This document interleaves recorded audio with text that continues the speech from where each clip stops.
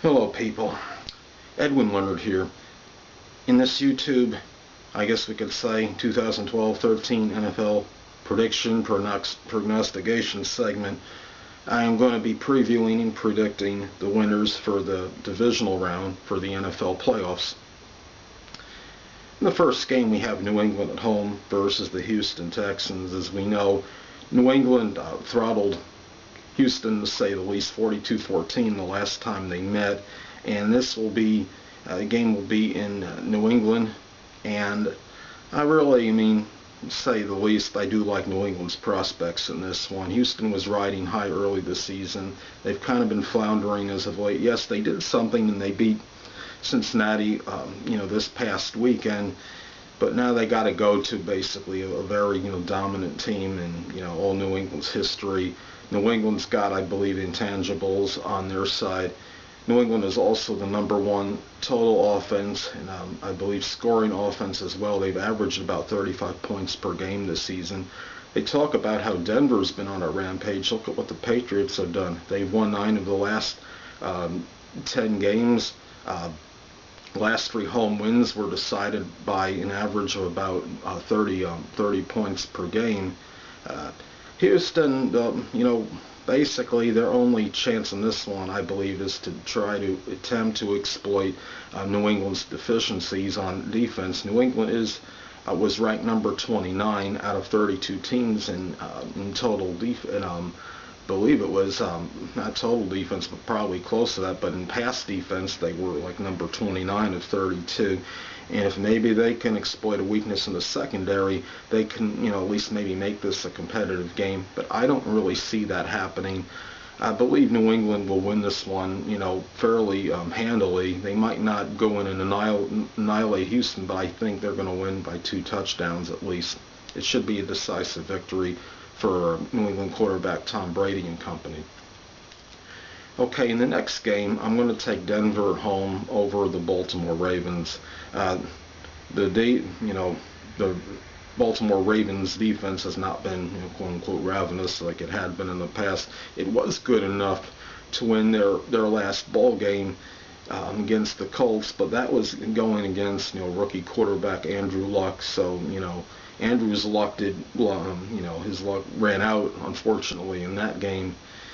Denver, as I've stated in the previous prediction with New England, Denver has been on a rampage. They have winners of the last 11 games, have a 11 consecutive game winning streak going for them right now.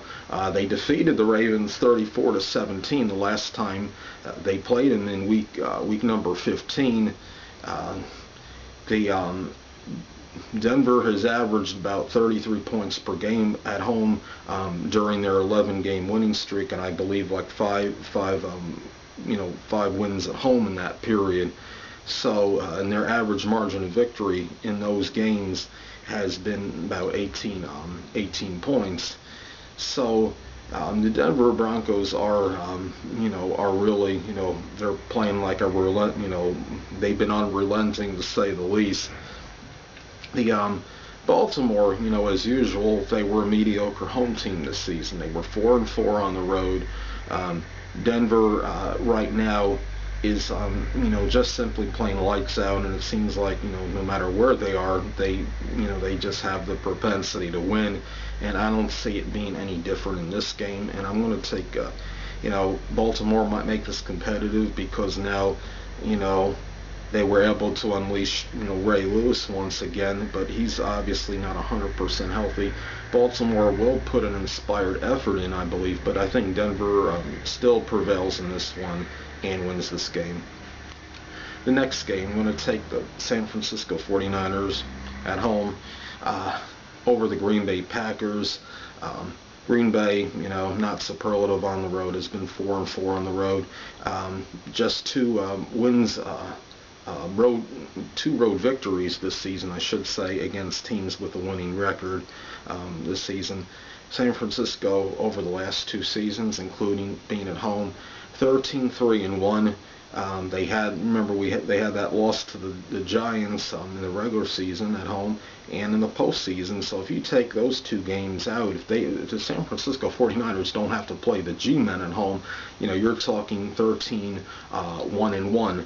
So really, this is a team, that can get it done at home. I don't, care if they don't have Alex Smith, and they have their, this guy, that has just started for them recently.